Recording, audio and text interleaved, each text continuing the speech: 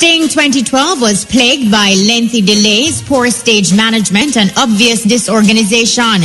The event was drawn out until the wee hours, where patrons were tortured with mediocre off-key performances from less than a handful of entertainers who should have clearly worked when the night was young. Promoter Isaiah Leng tells Music News that the 1 hour late start of the Boxing Day show may be the contributory factor to some of those glitches. It was just one reason why I had that. We had a 1 hour late start with the band. The beginning, at that 10 o'clock when the band should have started, we didn't start it, and that 1 hour show we have so badly. You know, a show like this running this big of a magnitude, you always find yourself behind. It's not easy to keep yourself on time with a show like this. And if you get 1 hour, if you get a whole jump start on you, it's hard to pick it back. It's one of those things. That is something we know. And it can't be corrected. It will be, because we really went a bit over in the morning. So Sting organizers didn't have time on their side.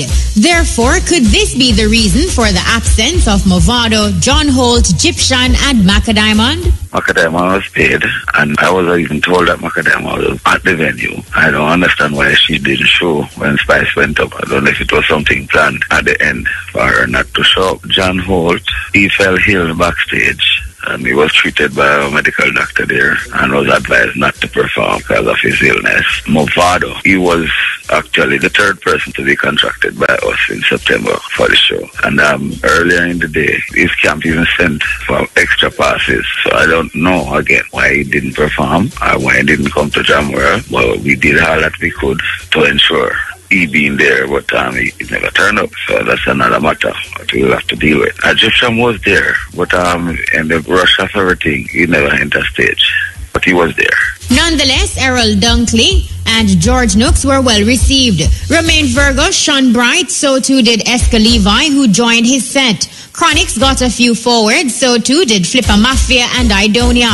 And speaking of Idonia, there were talks that the DJ was arrested following his performance, but according to his publicist, Donia was never arrested. Anyhow, BAYSEE, who was expected to perform at 12:45, didn't hit the stage until minutes to 4. BAYSEE, who made his debut performance since his release from a US jail, started extremely hot and got the crowd riled up. Then he got cold and warmed up a little before he exited. BAYSEE, however, may have lamented a bit much on his experience in jail.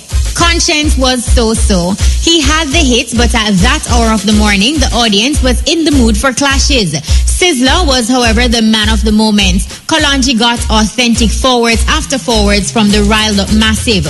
Where clashes are concerned, Kiprich slaughtered Tony Matterhorn merciless, and even Ninja Man, who openly announced he's resigning from lyrical warfare, giving the title to his son Kiprich. But was this a ploy by Ninja Man? You can't beat them, so you join them? Them not even bad like me booty. Are you sure? After calling out Macadiamond, Spice brought a donkey on stage and poked fun at Maca, who was a no-show. Another female made an attempt to clash Spice, but that didn't get off the ground as Spice blasted her, saying she didn't know who she was, and continued calling out for Macadiamond. Foota Hype schooled selector Bada Bling in a friendly but very entertaining and short sound clash. Black Rhino and Popcorn got physical. It all started when Rhino insinuated a clash by walking up on Popcorn during his set. Popcorn, on the other hand, wasn't having it and pushed Rhino off stage. Rhino returned to the stage and the two men threw wild blows. Luckily, security was present and quelled the fracas. Popcorn later returned to the stage and professed his love for Cartel. He also stated that he is the biggest artist from Vybz Kartel's former Portmore empire.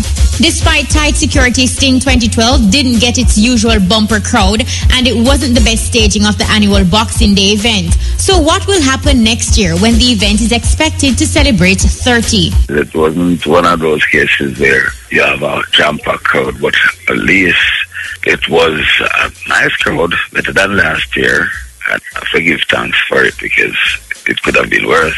We would just have to go back to the drawing board and look at it. Next year is the 30th, so there'll definitely be a Sting 30, and then after that we can revisit. That was Sting promoter Isaiah Ling. Sting 2012 was held at Jam World Portmore on Wednesday.